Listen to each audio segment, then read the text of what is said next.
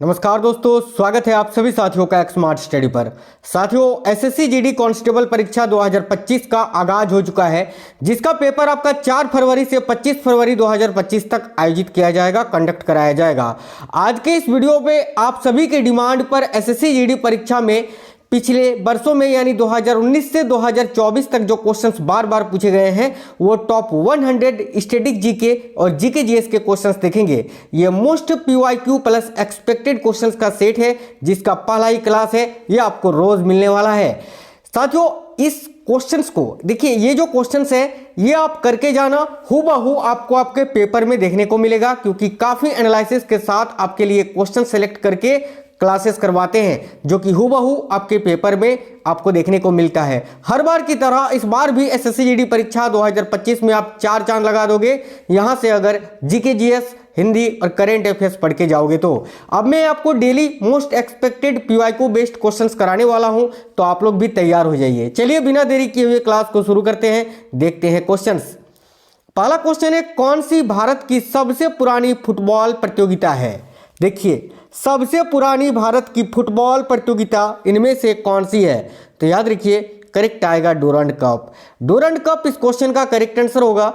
याद रखना है, यह भारत की सबसे पुरानी फुटबॉल प्रतियोगिता है। यहां पर एक चीज याद रखना, देखिए, अगर आपसे पूछे 2024 का जो डूरंड कप है, ठीक है, इसको किसने जीता है? तो याद रखिए, नॉर्थ ईस्ट यूनाइटेड एफसी ने। नॉर्थ ईस्ट यूनाइटेड एफसी है ना, नॉर्थ ईस्ट यूनाइटेड एफसी यानी फुटबॉल क्लब ने जीता है। ये आपको याद रखना है, किसको हराकर? तो मोहन बगान को हराकर। तो करेक्ट आंसर यहां आपका हो जाएगा option number B, Durand Cup. आपको यहां याद रखना है, option number B correct answer है। नेक्स्ट क्वेश्चन है, मटकी किस राज्य का लोकप्रिय नृत्य है? तो साथियों, मटकी की बात की जा रही है, मटकी किस राज्य का लोकप्रिय नृत्य है या लोक नृत्य है? तो ध्यान से देखिए, करेक्ट आंसर होगा एमपी का यानी मध्य प्रदेश का। बिल्कुल सुपर फास्ट क्लास करवाएंगे। नेक्स्ट क्वेश्चन है, केरल गॉड्स ऑन कंट्री पुस्तक के लेखक कौन है या लेखिका कौन है? तो भाई ध्यान से देखिए, करेक्ट आंसर क्या होगा? केरल गॉड्स ऑन कंट्री पुस्तक के लेखक है शशि थरूर। राइट आंसर है option number A, Shashi Tharoor. आपको बता दें, अभी मैं आपको टॉपिक वाइज भी कराऊंगा, करेंट अफेयर्स के सारे टॉपिक, ठीक है। इसके अलावा जो आपके स्टैटिक जीके के टॉपिक हैं, वो सारे टॉपिक, हिस्ट्री के जिन टॉपिकों से सबसे ज्यादा क्वेश्चंस पूछे जाते हैं, वो सारा टॉपिक मैं आपको चैनल के अंदर कराने वाला हूं, पिछले साल की तरह भी इस साल भी। तो उनको आप जरूर देख कर जाना, एक भी क्वेश्चन आपका नहीं छूटेगा। देखो, शशि थरूर यहां करेक्ट आएगा, ऑप्शन नंबर ए याद रखना। आगे देखिए, मोहिनीअट्टम नृत्य में कितनी हस्त मुद्राओं का उपयोग किया जाता है, जिन्हें हस्त लक्षण दीपिका ग्रंथ से लिया गया है? बहुत इंपॉर्टेंट क्वेश्चन है, बेस्ट क्वेश्चन है साथियों, ध्यान से देखिएगा। तो मोहिनीअट्टम नृत्य में कितनी हस्त मुद्राओं का उपयोग किया जाता है? याद रखिएगा, 24 हस्त मुद्राओं का, ठीक है, जिसको हस्त लक्षण दीपिका ग्रंथ से लिया गया है। अब यहाँ एक और क्वेश्चन बनता है कि मोहिनीअट्टम भारत के किस राज्य का शास्त्रीय नृत्य है? तो मोहिनीअट्टम की बात करें तो ये केरल का शास्त्रीय नृत्य है। केरल में मोहिनीअट्टम के अलावा एक और शास्त्रीय नृत्य है जिसका नाम है कथकली। याद रखिएगा, कथकली, ठीक है।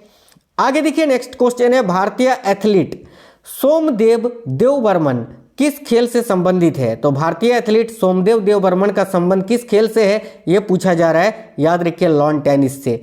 ऑप्शन में आपको टेबल टेनिस, लॉन टेनिस दोनों दिया जाता है, इससे आपको कंफ्यूजन होता है, इसलिए मैंने दोनों ही अलग अलग लिख दिया है, टेबल टेनिस, लॉन टेनिस, ताकि आप आसानी से इसको समझ सको। याद रखिएगा, सोमदेव देववर्मन का संबंध जो है साथियों लॉन टेनिस से है, न कि टेबल टेनिस से। आगे देखिए, होली रंगों का त्योहार है जिसे हिंदू माह में किस महीने में मनाया जाता है? देखिए, हिंदू माह ये तो पूछा ही जाता है साथियों, हिंदू माह के अनुसार जो धार्मिक त्योहार है भारत के, वो किस महीने में मनाया जाता है, ये आपसे पूछा ही जाएगा। ये टॉपिक भी मैं आपको करा दूंगा। देखो, होली रंगों का त्योहार है, आप सभी जानते हैं, हिंदू माह में इसको फाल्गुन महीने में मनाया जाता है। ऐसे अगर कैलेंडर जनवरी फरवरी के हिसाब से देखें तो ये मार्च में मनाया जाता है, और हिंदू माह में अगर पूछे तो याद रखिएगा फाल्गुन महीने में मनाया जाता है साथियों। आगे देखिए, नेक्स्ट क्वेश्चन है आपका, भारतीय राष्ट्रीय कांग्रेस के किस अधिवेशन में वंदे मातरम पहली बार गाया गया था? तो भारतीय राष्ट्रीय कांग्रेस के वो कौन सा अधिवेशन था जिसमें वंदे मातरम को, जो कि भारत का राष्ट्रीय गीत है, इसको पहली बार गाया गया था, याद रखिए 1896 में कोलकाता कांग्रेस के कोलकाता कांग्रेस अधिवेशन में। अगला क्वेश्चन है भारतीय राष्ट्रीय कांग्रेस की प्रथम महिला अध्यक्ष का नाम बताइए। देखिए भारतीय राष्ट्रीय कांग्रेस की प्रथम महिला अध्यक्ष का नाम आपसे पूछा जा रहा है, याद रखिए करेक्ट आएगा Annie Besant. Option number D correct होगा, एनी बेसेंट। सुभाष चंद्र बोस ने कांग्रेस अध्यक्ष पद से इस्तीफा कब दिया था? देखिए सुभाष चंद्र बोस ने कांग्रेस अध्यक्ष पद से इस्तीफा कब दिया था? करेक्ट है 1939 में। Option number B is the correct answer, याद रखिएगा। इजी, मॉडरेट, हार्ड तीनों टाइप के क्वेश्चन आंसर आपको मिलेंगे, पूरे 100 क्वेश्चन है, ध्यान से देखिएगा सारे क्वेश्चन। अगला क्वेश्चन है संविधान के किस अनुच्छेद के तहत एक नागरिक को कोई भी उपजीविका या व्यापार करने की स्वतंत्रता है? तो भाई संविधान का वो कौन सा अनुच्छेद है जिसके तहत एक नागरिक को कोई भी उपजीविका या व्यापार करने की स्वतंत्रता है? तो याद रखिए अनुच्छेद 19 के खंड 1 का जी में। ऑप्शन नंबर ए करेक्ट आएगा। साथियों आपकी जानकारी के लिए बता दें कि भारतीय संविधान का जो अनुच्छेद 19 है इसमें कुल 6 प्रकार की स्वतंत्रताएं दी गई हैं, ये आपको याद रखना है, ठीक है। ऑप्शन नंबर ए अनुच्छेद 19 का 1 का जो खंड जी है इसके तहत साथियों कोई भी उपजीविका या व्यापार करने की स्वतंत्रता दी गई है, ये आपको याद रखना है। अगला है निम्नलिखित में से किस अनुच्छेद के तहत संपत्ति के अधिकार को कानूनी अधिकार के रूप में स्थानांतरित कर दिया गया है? यानी वर्तमान में संपत्ति का जो अधिकार है वो कानूनी अधिकार है जो कि किस अनुच्छेद में है? तो याद रखिए ऑप्शन नंबर 4 अनुच्छेद 300 का ए में। साथियों आपको बता दें कि ये जो संपत्ति का अधिकार है पहले मौलिक अधिकार हुआ करता था, लेकिन इसको 44वें संविधान संशोधन अधिनियम 1978 में मौलिक अधिकार की सूची से हटाकर वैधानिक अधिकार या कानूनी अधिकार बना दिया गया था, जो कि वर्तमान में अनुच्छेद 300 का ए में वर्णित है, याद रखिएगा। नेक्स्ट क्वेश्चन है सूर्य पृथ्वी से लगभग कितना दूर है? देखिए सूर्य की बात करें ना साथियों तो पृथ्वी से लगभग 150 मिलियन दूर है, याद रखिए option number C correct answer हो जाएगा, 150 मिलियन किलोमीटर। आगे देखिए अगला क्वेश्चन है भारत के सबसे दक्षिणी सिरे का क्या नाम है? तो भारत का जो सबसे दक्षिणी सिरा है इसका नाम आपसे पूछा जा रहा है कि क्या है? देखिए राइट होगा ऑप्शन नंबर 2 इंदिरा पॉइंट। अगला है भारत में श्वेत क्रांति को किस नाम से भी जाना जाता है? तो भारत को श्वेत क्रांति को इनमें से और किस नाम से भी जाना जाता है? देखिए करेक्ट होगा ऑपरेशन फ्लड। साथियों बात करें श्वेत क्रांति की तो 1970 में इसकी शुरुआत होती है और इसका संबंध है मिल्क प्रोडक्शन से, दूध उत्पादन से। और इसकी शुरुआत किसने की थी? तो डॉक्टर वर्गीज कुरियन ने, याद रखिएगा डॉक्टर वर्गीज कुरियन ने। देखिए बड़ा ही प्यारा क्वेश्चन है, सतलुज नदी घाटी में जल विद्युत उत्पादन और सिंचाई के लिए कौन सी परियोजना बनाई गई है? तो सतलुज नदी घाटी में जल विद्युत उत्पादन और सिंचाई के लिए कौन सी परियोजना बनाई गई है? आप बोलोगे सर भाखड़ा नांगल परियोजना, बिल्कुल करेक्ट है ऑप्शन नंबर सी। साथियों ज्यादा लोड मत लीजिए, जितना मैं कराऊंगा ना अभी से लेकर अगर आप उतना भी कर लेते हैं ना तो जीएस में आप 20 में 20 करके आओगे, ये गारंटी है। बस आपको पढ़ना है, current affairs, static GK, history, geography कोई भी कसर में नहीं छोड़ूंगा, जितना मैं कराऊंगा उतना आप जरूर करके जाना पेपर में, ठीक है, चाहे वो टॉपिक वाइज हो या इस टाइप से मैराथन क्लास हो। और सारे क्लासेस बहुत ही कम समय का होगा मेरा। आगे देखिए अगला क्वेश्चन है, ध्यान से देखिए सिलिकॉन डाइऑक्साइड का सामान्य नाम क्या है? तो साथियों सिलिकॉन डाइऑक्साइड जो होता है ना, सिलिकॉन डाइऑक्साइड, इसका रासायनिक नाम आपसे पूछा जा रहा है। तो भाई सिलिकॉन डाइऑक्साइड का रासायनिक नाम एक तो क्वार्ट्ज होता है या फिर सिलिका होता है। तो यहाँ सिलिका तो ऑप्शन में नहीं दिया है, तो क्या आंसर बताओगे आप? क्वार्ट्ज बताओगे, ऑप्शन नंबर सी राइट होगा क्वार्ट्ज। आगे देखिए निम्नलिखित में से किसकी जांच बिडाल टेस्ट से की जा सकती है? यानी इनमें से किसके परीक्षण के लिए बिडाल टेस्ट किया जाता है? तो देखिए करेक्ट आएगा टाइफाइड के लिए, टाइफाइड बुखार के लिए, ऑप्शन नंबर ए। मौसम, विश्व मौसम विज्ञान संगठन की प्रथम महासचिव कौन बनी है? तो विश्व मौसम विज्ञान संगठन की प्रथम महासचिव इनमें से कौन बनी? तो देखिए करेक्ट होगा ऑप्शन नंबर सी, याद रखिएगा, और या ऑप्शन नंबर 3 आपको याद रखना है, सेलेस्ट साउलो, ठीक है। विश्व मौसम विज्ञान संगठन की प्रथम महासचिव कौन बनी? तो सेलेस्ट साउलो। बहुत इंपॉर्टेंट क्वेश्चन है करेंट अफेयर्स का, याद रखना। यहां पर एक चीज और याद रखना कि विश्व मौसम विज्ञान संगठन का मुख्यालय कहां है? तो स्विट्जरलैंड के जिनेवा में, ठीक है, जिनेवा में इसका मुख्यालय है साथियों, ये आप याद रखना, विश्व मौसम विज्ञान संगठन का। आगे देखिए हाल ही में किस क्रिकेट टीम ने वर्ल्ड टेस्ट चैंपियनशिप 2023 का खिताब जीता है? तो वर्ल्ड टेस्ट चैंपियनशिप 2023 का खिताब जीता है ऑस्ट्रेलिया ने। ऑप्शन नंबर सी करेक्ट आएगा, ऑस्ट्रेलिया। संघाई सहयोग संगठन का 9वां अस्थायी सदस्य देश कौन सा बना है? तो साथियों एससीओ की बात करें, संघाई सहयोग संगठन की, इसका 9वां जो स्थायी सदस्य देश बना है वो बना है ईरान। याद रखिएगा, ईरान। ठीक है, संघाई सहयोग संगठन का 9वां स्थायी सदस्य देश कौन सा है? तो ईरान। आगे देखिए, लोक नृत्य चेराव मुख्य रूप से किस भारतीय राज्य से संबंधित है? यानी ये जो चेराव है ये एक लोक नृत्य है, आपको बताना है किस राज्य का? तो याद रखिए मिजोरम राज्य का। ऑप्शन नंबर सी राइट है, मिजोरम। आगे देखिए, जानकी प्रसाद का संबंध कथक के किस घराने से है? अब जानकी प्रसाद का संबंध जो है किस नृत्य से है? तो कथक से है। लेकिन आपसे पूछा जा रहा है कि जानकी प्रसाद का संबंध कथक के किस घराने से है, ये आपसे भर भर के पूछे जाएंगे। ठीक है, देखो करेक्ट आंसर क्या हो जाएगा? तो राइट आंसर होगा ऑप्शन नंबर ए, बनारस घराने से। संगीत के बनारस घराने से संबंधित है जानकी प्रसाद, इनका संबंध है कथक नृत्य से।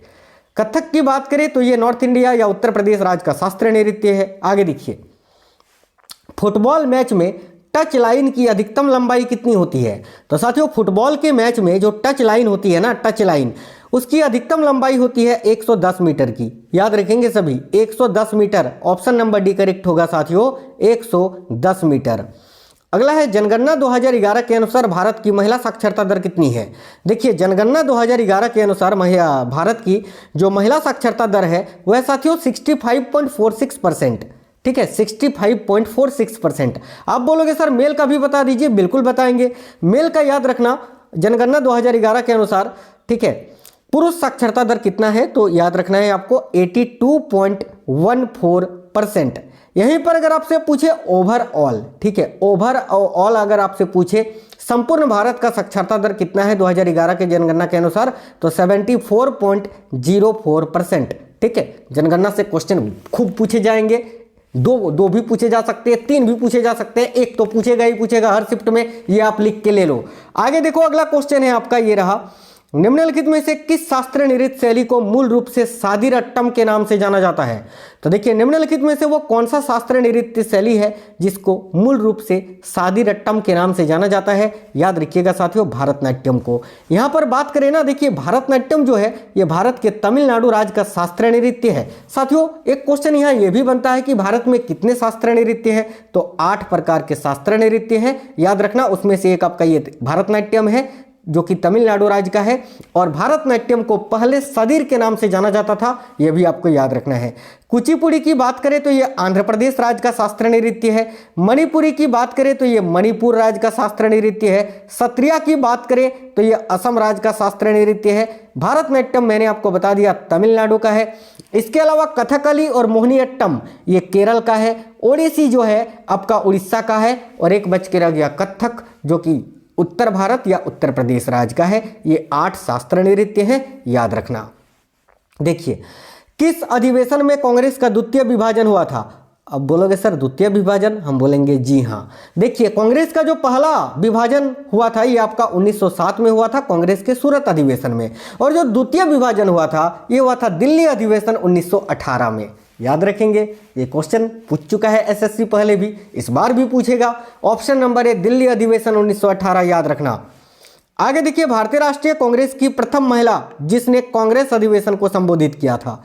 देखिए, भारतीय राष्ट्रीय कांग्रेस की प्रथम महिला कौन थी जिसने कांग्रेस अधिवेशन को संबोधित किया था? करेक्ट आएगा एनी बेसेंट। लेकिन यहीं अगर आपसे पूछे भारतीय राष्ट्रीय कांग्रेस की प्रथम भारतीय महिला अध्यक्ष कौन थी, ठीक है, भारतीय महिला अध्यक्ष जिन्होंने कांग्रेस का संबोधित किया था, तो फिर आपका आंसर होगा सरोजिनी नायडू, क्योंकि इन्होंने 1925 में कांग्रेस के कानपुर अधिवेशन में कांग्रेस की अध्यक्षता की थी। तो भारतीय यहां नहीं पूछा है, इसीलिए एनी बेसेंट। अगर भारतीय पूछे तो सरोजिनी नायडू। आगे देखिए,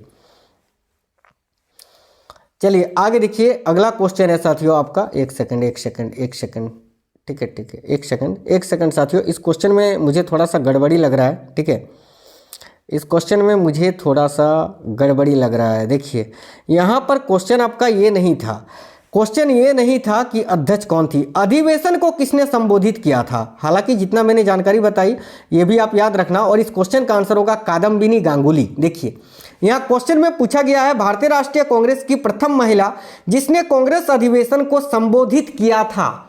तो तो यहाँ करेक्ट आएगा कादम्बिनी गांगुली। साथियों याद रखना, कादम्बिनी गांगुली इन्होंने सबसे पहले कांग्रेस अधिवेशन में भाषण दिया था और उसको संबोधित किया था। इसके अलावा याद रखना, ये जो कादम्बिनी गांगुली है ये भारत की पहली महिला जो है स्नातक और फिजिशियन है, यानी भारत की पहली स्नातक और फिजिशियन महिला थी कादम्बिनी गांगुली। बाकी जो जानकारी मैंने बताया, एनी बेसेंट जो कि भारत की प्रथम महिला अध्यक्ष थी और सरोजिनी नायडू भारत की प्रथम महिला भारतीय अध्यक्ष थी। ठीक है, चलिए तो इसको आप क्लियर कर लेना, थोड़ा सा मिसअंडरस्टैंडिंग हो गया था, क्वेश्चन मैंने पूरा नहीं पढ़ा था। ऑप्शन नंबर डी करेक्ट हो जाएगा, कादम्बिनी गांगुली। आगे देखिए, कांग्रेस के किस अधिवेशन में सभी सदस्यों को खादी वस्त्र पहनना अनिवार्य कर दिया गया था? तो कांग्रेस का वो कौन सा अधिवेशन था जिसमें सभी सदस्यों को खादी वस्त्र पहनाना अनिवार्य कर दिया गया था? तो देखो करेक्ट आएगा गुवाहाटी अधिवेशन में। कांग्रेस का जो 41वां अधिवेशन हुआ था साथियों 1926 में, ठीक है, जो कि गुवाहाटी में हुआ था। ठीक है, और इसकी अध्यक्ष कौन थे? तो एस श्रीनिवास अयंगर। और इसमें जो है ना खादी वस्त्र को पहनना अनिवार्य कर दिया गया था। याद रखिए, गुवाहाटी अधिवेशन 1926 में। तो option number A correct answer हो जाएगा। आगे देखिए, भारतीय संविधान के निम्न में से किस अनुच्छेद में अपराधों की दोष सिद्धि के संबंध में सुरक्षा का प्रावधान किया गया है? तो याद रखना करेक्ट आएगा अनुच्छेद 20 में। ऑप्शन नंबर ए करेक्ट आएगा, अनुच्छेद 20। अगला, भारतीय संविधान के निम्नलिखित अनुच्छेदों में से कौन सा मौलिक अधिकारों के साथ असंगत कानूनों से संबंधित है? असंगत कानूनों से, यहाँ अनुच्छेद 14 मत बताना, ये तो समान कानून संरक्षण से संबंधित है। यहाँ पूछा है आपसे असंगत कानूनों से संबंधित अनुच्छेद कौन सा है? तो अनुच्छेद 13 है। ऑप्शन नंबर भी करेक्ट आएगा, अनुच्छेद 14 ये समानता के अधिकार से संबंधित है। यहाँ असंगत कानूनों से पूछा है तो अनुच्छेद 13 आएगा, ऑप्शन नंबर बी। आगे देखिए, भारतीय संविधान का अनुच्छेद 21 का ए ये किसका अधिकार प्रदान करता है? तो साथियों अनुच्छेद 21 का ए जो है ये साथियों शिक्षा के अधिकार को प्रदान करता है। Option number D correct answer हो जाएगा, शिक्षा का अधिकार। इसको 46वें संविधान संशोधन अधिनियम 2002 में जोड़ा गया था, ये भी आपको याद रखना है।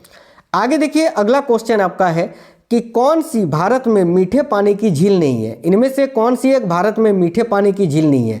लोकटक झील, बड़ा पानी, भीमताल, ये सभी भारत की मीठे पानी की झील है। लेकिन सांभर झील जो कि राजस्थान में है ये लवण पानी की झील है, खारे पानी की झील है। याद रखना सांभर झील।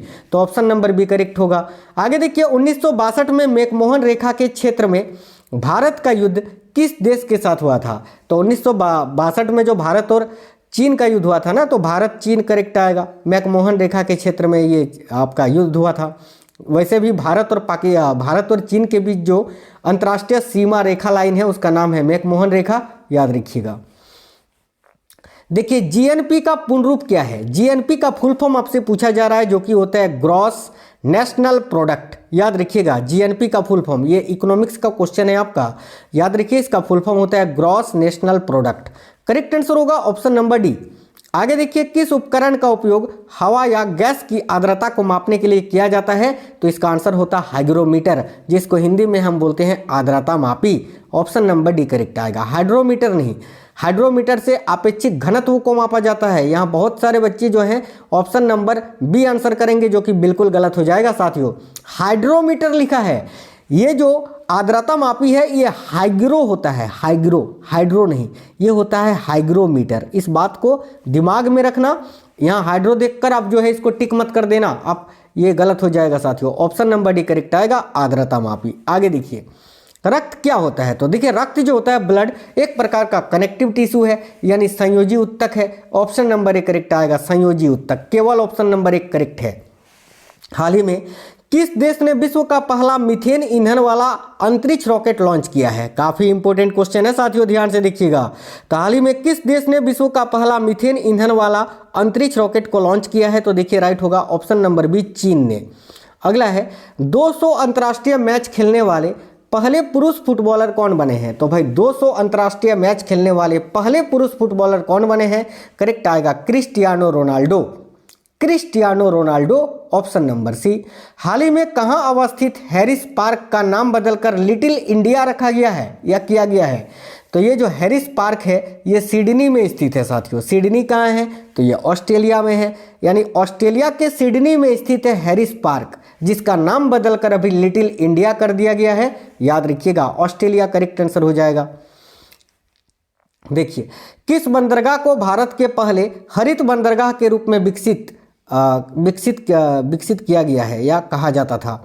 तो देखिए, किस बंदरगाह को पहले हरित बंदरगाह के रूप में जाना जाता था, ये आपको बताना है। ये थोड़ा टाइपिंग मिस्टेक है, हरित बंदरगाह के रूप में जाना जाता था। ठीक है, तो देखिए करेक्ट आएगा हल्दिया बंदरगाह को। ये जो हल्दिया बंदरगाह है साथियों, इसको पहले हरित बंदरगाह के नाम से जाना जाता था, ये आपको याद रखना है। अगला क्वेश्चन है, किस सवाल को अंतरिक्ष सवाल कहा जाता है? ये क्वेश्चन बहुत इंपॉर्टेंट है। तो इनमें से कौन सा सवाल है जिसको अंतरिक्ष सवाल कहा जाता है? तो देखिए करेक्ट आएगा क्लोरेला बल्गारिस को। याद रखिए, ये जो क्लोरेला बल्गारिस है इसको अंतरिक्ष शैवाल के नाम से जाना जाता है। ऑप्शन नंबर सी करेक्ट है। उस द्वीप का नाम क्या है जो भारत और श्रीलंका के बीच में स्थित है? तो देखिए करेक्ट आएगा कच्चा थीवू द्वीप। इस द्वीप को लेकर हमेशा भारत और श्रीलंका के बीच विवाद रहता है। याद रखिए, कच्चा थीवू द्वीप जो है ये आपका साथियों भारत और श्रीलंका के बीच में स्थित है। अगला है, भारतीय रिजर्व बैंक के पहले भारतीय गवर्नर कौन थे? तो भाई आरबीआई के पहले भारतीय गवर्नर कौन थे? तो CD Deshmukh. Option number A correct आएगा, सीडी देशमुख। याद रखिएगा। अभी अगर आपसे पूछे वर्तमान में आरबीआई के गवर्नर कौन है, तो अभी कुछ ही दिनों पहले 26वें गवर्नर बने हैं ना, संजीव मल्होत्रा जी। याद रखिएगा, ये सारा टॉपिक मैं अभी आपको कराऊंगा करंट अफेयर्स का, उनको आप जरूर देख लेना। आगे देखिए, निम्नलिखित में से किस वर्ष मणिपुर राज्य को अपनी पूर्ण आजीविका प्राप्त होती है? तो इनमें से वो कौन सा वर्ष है जिस वर्ष में मणिपुर राज्य को अपनी पूर्ण आजीविका प्राप्त हुई थी? तो करेक्ट आंसर हो जाएगा, यहाँ आपको याद रखना है साथियों, 21 जनवरी 1972 को। 21 जनवरी 1972, ऑप्शन नंबर डी। कौन सा विटामिन, बहुत इंपॉर्टेंट क्वेश्चन है ये, कौन सा विटामिन है जो न्यूक्लिक एसिड और लाल रक्त कोशिकाओं के निर्माण में मदद करता है? याद रखिएगा, फॉलिक एसिड, जिसको हम बोलते हैं vitamin B9। Option number C correct आएगा, विटामिन B9 या फॉलिक एसिड। याद रखना। निम्नलिखित में से कौन सा ग्रह है जो सौरमंडल के सबसे ठंडे ग्रह की श्रेणी में आता है? तो करेक्ट आएगा यूरेनस, यानी अरुण ग्रह। अरुण ग्रह जो है ये सौरमंडल का सबसे ठंडा ग्रह है। अगला क्वेश्चन है, इनमें से कौन सा उपकरण है जो भूकंप की तीव्रता को मापने में मदद करता है? तो साथियों करेक्ट आएगा reactor scale. Option number C correct आएगा। पृथ्वी की आयु की गणना में किस तत्व के समस्थानिक का उपयोग किया जाता है? अब देखिए, पृथ्वी की आयु का आकलन किया जाता है C14 के द्वारा, यानी कार्बन डेटिंग। तो देखिए यहाँ कार्बन तत्व का उपयोग हुआ है, तो करेक्ट आएगा ऑप्शन नंबर बी, कार्बन के समस्थानिक का। नेक्स्ट क्वेश्चन देखिए, लखनऊ से 1857 के विद्रोह का नेता कौन था? तो भाई लखनऊ से 1857 की जो क्रांति हुई थी उसमें लखनऊ से नेतृत्व किसने किया था? याद रखिए, बेगम हजरत महल ने। तो ऑप्शन नंबर डी करेक्ट आएगा, बेगम हजरत महल। क्वेश्चन नंबर 50 है, वह थियोसॉफिकल सोसाइटी की स्थापना करने वाले प्रसिद्ध नेता है। तो बताइए इनमें से कौन से नेता हैं जो थियोसॉफिकल सोसाइटी की स्थापना करने वाले प्रसिद्ध नेता थे? तो देखिए करेक्ट आएगा ऑप्शन नंबर सी, HP ब्लाउत्स्की। याद रखना, HP ब्लाउत्स्की। ऑप्शन नंबर सी इस क्वेश्चन का करेक्ट आंसर हो जाएगा। विश्व का सबसे बड़ा पठार कौन सा है? देखिए, विश्व का जो सबसे बड़ा पठार है वह है साथियों तिब्बती पठार या तिब्बत का पठार। Option number D. Next question है, सतलुज नदी का ऋग्वेदिक नाम क्या है? तो सतलुज नदी का ऋग्वेदिक नाम बहुत ज्यादा पूछा जाता है। याद रखिए, सुतुद्री है, सुतुद्री। सतलुज नदी का जो ऋग्वेदिक नाम है वह है साथियों सुतुद्री। Option number D. प्रधानमंत्री के कर्तव्य संविधान के किस अनुच्छेद के अंतर्गत आते हैं? देखिए, प्रधानमंत्री का कर्तव्य के बारे में पूछा है, जो कि किस अनुच्छेद के अंतर्गत आता है? तो याद रखिए, अनुच्छेद 78 के अंतर्गत, आर्टिकल 78 के अंतर्गत। ऑप्शन नंबर ए करेक्ट आएगा। भारत में रबी के मौसम में निम्नलिखित में से कौन सी फसल काटी जाती है? तो देखो यहाँ आपका करेक्ट आंसर होगा गेहूं। रबी फसल है ना, ऑप्शन नंबर बी गेहूं करेक्ट आंसर होगा। अगला क्वेश्चन है, किस भारतीय राज्य की सबसे लंबी तटरेखा है? तो सबसे लंबी जो तटरेखा है वो गुजरात का है, और सबसे छोटी जो तटरेखा है वो है गोवा का। तो यहाँ आपका करेक्ट आएगा गुजरात। Option number D. निम्नलिखित में से किस प्रतिष्ठित व्यक्तित्व को सबसे पहले ज्ञानपीठ पुरस्कार मिला था? देखिए, इनमें से कौन प्रतिष्ठित व्यक्तित्व है जिनको सबसे पहले ज्ञानपीठ पुरस्कार मिला था? याद रखिए, आशापूर्णा देवी जी को। ऑप्शन नंबर बी राइट है, आशापूर्णा देवी। निम्नलिखित में से कौन सा कर प्रत्यक्ष कर नहीं है? इनमें से कौन सा कर है जो डायरेक्ट टैक्स यानी प्रत्यक्ष कर नहीं है? आयकर भी प्रत्यक्ष कर है, संपत्ति कर भी प्रत्यक्ष कर है, मूल्य वर्धित कर यानी वैट भी आपका प्रत्यक्ष कर है। लेकिन माल और सेवा कर या फिर इसको वस्तु एवं सेवा कर भी बोला जाता है, ये इनडायरेक्ट टैक्स है साथियों, यानी अप्रत्यक्ष कर है। तो यहाँ आपका आंसर होगा ऑप्शन नंबर सी। आगे देखिए नेक्स्ट है, प्रसिद्ध पुस्तक the God of small things के लेखक कौन है? तो the God of small things के लेखिका या लेखक है Arundhati Roy. Option number D, बहुत इंपॉर्टेंट क्वेश्चन है, अरुंधति रॉय याद रखिएगा। भारतीय संविधान के किस संशोधन अधिनियम ने पंचायतों की शुरुआत की थी? देखिए भारतीय संविधान का कौन सा संशोधन अधिनियम है जिसमें पंचायती राज की व्यवस्था या पंचायतों की शुरुआत हुई थी? तो करेक्ट आएगा 73वां संविधान संशोधन। देखिए 73वां संविधान संशोधन जो है, जो कि 1991 में हुआ था, 1991 में, ठीक है, ये आपका किससे संबंधित है? तो पंचायती राज से। और आपका जो 74वां संविधान संशोधन है ये आपका नगर पालिका से संबंधित है। दोनों ही आपको याद रखना है। मैक्सिको की खाड़ी और अटलांटिक महासागर किस जलद मरुमध्य से जुड़ते हैं?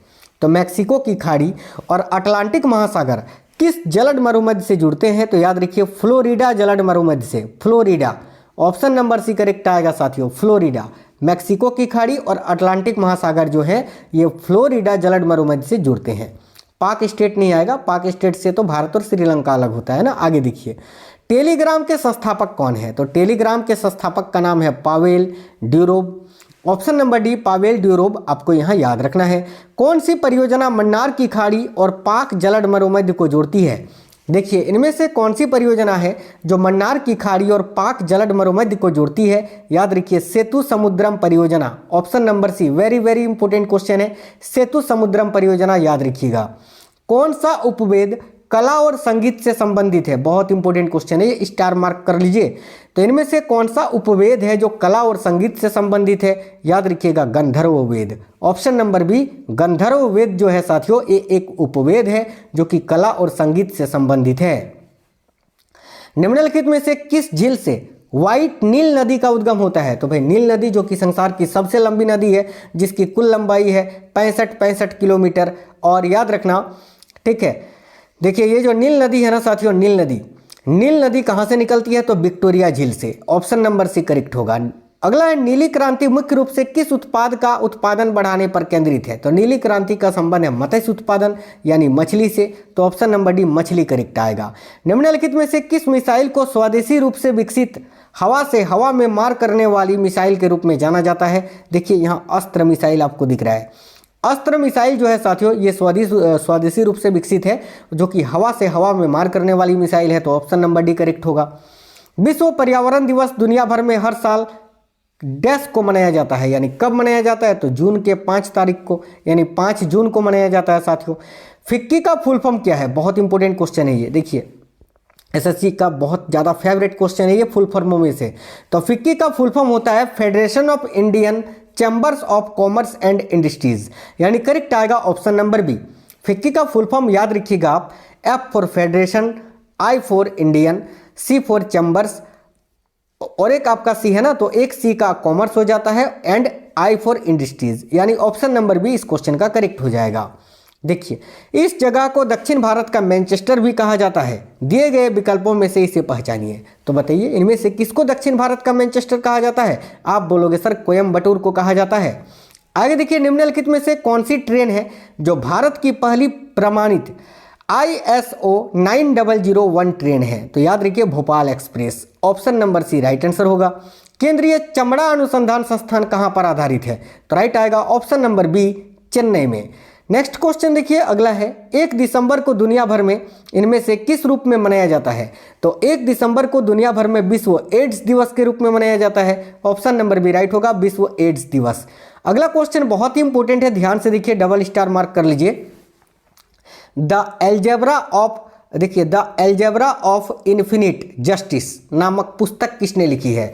तो ये जो पुस्तक है the algebra of infinite justice, इस पुस्तक को भी लिखा है अरुंधति रॉय ने। ऑप्शन नंबर डी राइट होगा, अरुंधति रॉय। मानस बाघ अभयारण्य कहाँ है? तो मानस बाघ अभयारण्य जो है ये आपका असम राज्य में स्थित है। ऑप्शन नंबर बी राइट होगा, असम में। अगला है अनसेट। अनसेट निम्नलिखित में से किस देश की घरेलू एयरलाइन का नाम है? देखिए अनसेट जो है ना साथियों, ये ऑस्ट्रेलिया का एक घरेलू एयरलाइन का नाम है। ऑप्शन नंबर डी करेक्ट आएगा, ऑस्ट्रेलिया। अंग महाजन पद की राजधानी कहाँ थी? देखिए अंग महाजन पद की राजधानी थी चंपा। ऑप्शन नंबर डी चंपा। महात्मा गांधी का राजनीतिक गुरु कौन था?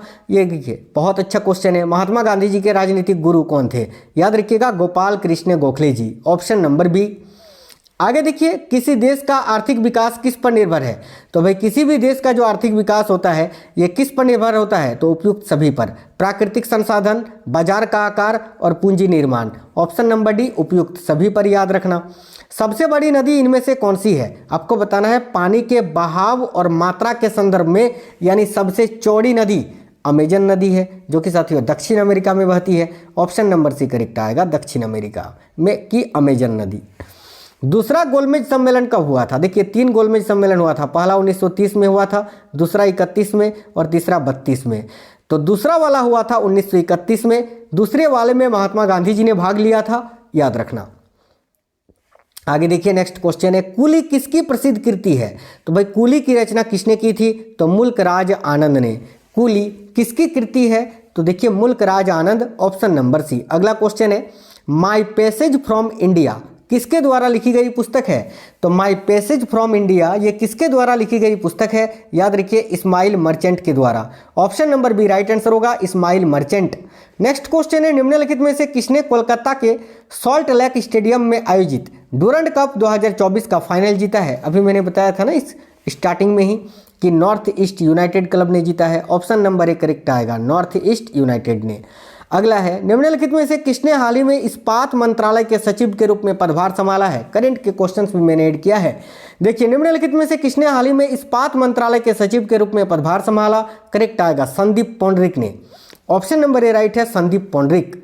आगे देखिए नेक्स्ट है, हिंदुस्तानी शास्त्रीय संगीत में कौन सा घराना है जो ख्याल गायन की अपनी अनूठी शैली के लिए जाना जाता है, जिसमें अक्सर जटिल और पेचीदा पैटर्न होते हैं? तो करेक्ट आएगा, ग्वालियर घराना में। साथियों क्लास अगर पसंद आ रहा है तो वीडियो को लाइक जरूर करना और अपने सभी दोस्तों के साथ इस वीडियो को जरूर शेयर करना। डेली क्लासेस मिलेंगी आपको, चैनल सब्सक्राइब करके बेल आइकन ऑन कर लीजिएगा।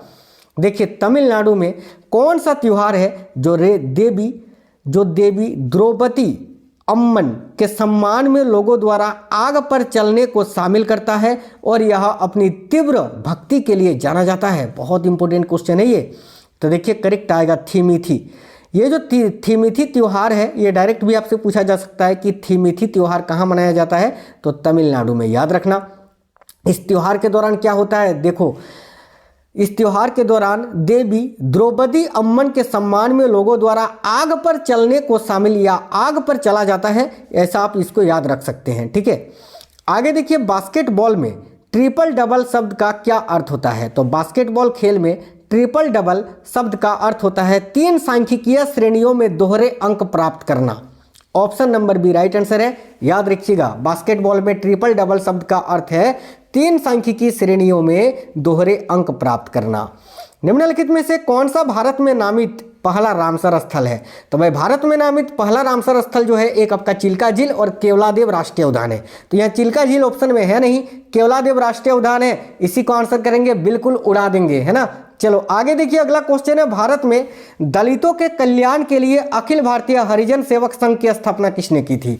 तो भाई भारत में दलितों के कल्याण के लिए महात्मा गांधी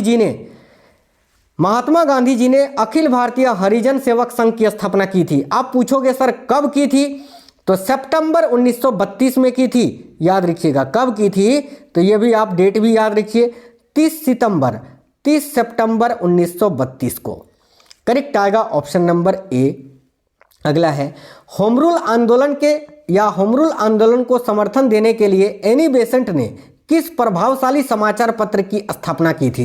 तो देखिए, होम रूल आंदोलन को समर्थन देने के लिए एनी बेसेंट ने किस प्रभावशाली समाचार पत्र की स्थापना की थी? तो न्यू इंडिया, याद रखना, यंग इंडिया नहीं, new India. Option number D correct आएगा, न्यू इंडिया, यंग इंडिया नहीं बताना है। ऑप्शन नंबर डी करेक्ट आएगा, न्यू इंडिया। 1932 का इनमें से कौन सा समझौता बी आर अम्बेडकर और महात्मा गांधी के बीच पृथक निर्वाचिका के मुद्दे पर एक समझौता था। तो 1932 में गांधी जी और अंबेडकर के बीच में कौन सा समझौता हुआ था? पूना समझौता हुआ था। तो यहाँ ऑप्शन नंबर ए करेक्ट होगा, पूना समझौता। आगे देखिए, भारतीय संविधान का कौन सा अनुच्छेद विधायिका रहित केंद्र शासित प्रदेशों के लिए उच्च न्यायालय की स्थापना का प्रावधान करता है? बहुत इंपॉर्टेंट क्वेश्चन है। करेक्ट आएगा अनुच्छेद 241, ऑप्शन नंबर ए। भारतीय संविधान का कौन सा अनुच्छेद है जो विधायिका रहित केंद्र शासित प्रदेशों के लिए उच्च न्यायालय की स्थापना का प्रावधान करता है? तो अनुच्छेद 241। आगे देखिए, सामान्यतः एक वर्ष में संसद के कितने सत्र आयोजित होते हैं? ये तो सिंपल क्वेश्चन है यार। एक बजट सत्र होता है, एक आपका शीतकालीन सत्र होता है, एक आपका मानसून सत्र होता है। तो यहाँ आपका करेक्ट आंसर क्या हो जाएगा? देखो करेक्ट है ऑप्शन नंबर बी, 3 सत्र होता है ना, ऑप्शन नंबर बी करेक्ट आएगा। रेडियोधर्मिता की एसआई इकाई जो रेडियोधर्मी पदार्थ की मात्रा की गतिविधि को दर्शाती है, इसका नाम किस वैज्ञानिक के नाम पर रखा गया है? तो करेक्ट आएगा बेकेरल के नाम पर, हेनरी बेकेरल के नाम पर। साथियों यहाँ पर 2 चीजें याद रखना है आपको, ठीक है। देखिए, जब भी रेडियोधर्मिता का मात्रक पूछे या केवल इकाई पूछे तो आपको क्यूरी आंसर करना है, लेकिन जब भी एसआई इकाई पूछे ना, एसआई इकाई, तो फिर आपका बेकेरल आंसर होता है। इस बात में अब बहुत ही ज़्यादा आपको फोकस करना है। यह क्वेश्चन बार बार पूछा जाता है और बार बार गलत होता है। रेडियोधर्मिता की एसआई इकाई पूछा जाता है, आप वहाँ क्यूरी आंसर कर देते हैं, बिल्कुल गलत हो जाता है, ठीक है। याद रखना, ऐसा इकाई पूछेगा रेडियोधर्मिता का तो बेकेरल बताना है, और अगर रेडियोधर्मिता की केवल इकाई पूछे या मात्रक पूछे तो क्यूरी बताना है, ठीक है। आगे देखिए, इनमें से माफी चाहते हैं, देखिए किसको सांकेतिक जीडीपी और 2 अलग अलग तरीकों से व्यक्त किया जा सकता है? तो याद रखना, जो वास्तविक जीडीपी होता है ना साथियों, वास्तविक जीडीपी को सांकेतिक जीडीपी और 2 अलग अलग तरीकों से व्यक्त किया जा सकता है। तो वास्तविक जीडीपी इस क्वेश्चन का करेक्ट होगा। आगे देखिए, विलियम जोन्स कप निम्नलिखित में से किस खेल अथवा स्पर्धा से संबंधित है? तो भाई विलियम जोन्स कप जो है ये साथियों बास्केटबॉल से ही संबंधित है। Option number B right answer होगा, बास्केटबॉल। याद रखिएगा ऑप्शन नंबर बी। अगला, वायसराय लॉर्ड कर्जन ने किस वर्ष में बंगाल का विभाजन किया था? तो भाई याद रखिएगा 1905 में बंगाल का विभाजन हुआ था। Option number C right answer है। आगे देखिए, स्वतंत्रता सेनानी चंद्रशेखर आजाद ने किस शहर में ब्रिटिश पुलिस द्वारा घेर लिए जाने पर स्वयं को गोली मार ली थी? इलाहाबाद में, इलाहाबाद के अल्फ्रेड पार्क में साथियों। कब? तो याद रखना 27 फरवरी 1931 को। करेक्ट आएगा ऑप्शन नंबर सी। चलिए आगे देखिए, ला लीगा शीर्षक किससे जुड़ा है? या ला लीगा एक ट्रॉफी है जो कि किस खेल से जुड़ा है? तो याद रखिए फुटबॉल से। ऑप्शन नंबर बी राइट होगा, फुटबॉल। एक क्वेश्चन होमवर्क का भी है, उसका आंसर कमेंट बॉक्स में आपको बताना है। देखिए, बांदीपुर राष्ट्रीय उद्यान भारत के निम्नलिखित में से किस राज्य में स्थित है? तो बांदीपुर राष्ट्रीय उद्यान जो है ये कर्नाटक में स्थित है। ऑप्शन नंबर ए राइट होगा, कर्नाटक। चलिए एक क्वेश्चन होमवर्क का, इसका आंसर कमेंट बॉक्स में बताइए कि कुचिपुड़ी भारत के किस राज्य का शास्त्रीय नृत्य है? केरल, तमिलनाडु, कर्नाटक या आंध्र प्रदेश? यही इस क्लास का होमवर्क का क्वेश्चन है, आपका आंसर कमेंट बॉक्स में बताना है। और साथियों अब तैयार हो जाइए, ठीक है। बहुत इंपॉर्टेंट क्लासेस, बहुत इंपॉर्टेंट टॉपिक मैं आपको कराऊंगा चैनल के अंदर। सब्सक्राइब करके बेल आइकन को ऑन कर लेना। जैसे ही क्लास आए टूट पड़ना, गारंटी देता हूं 20 में 20 करके आओगे आप जीके जीएस में, करंट अफेयर्स में। बाकी हिंदी की बात करें तो हिंदी के मोस्ट एक्सपेक्टेड क्लासेस करवाएंगे आपको, उनको जरूर देख लेना। चलिए तो मिलते हैं नेक्स्ट वीडियो में। वीडियो को लाइक शेयर जरूर करना। तब तक के लिए जय हिंद साथियों, वंदे मातरम।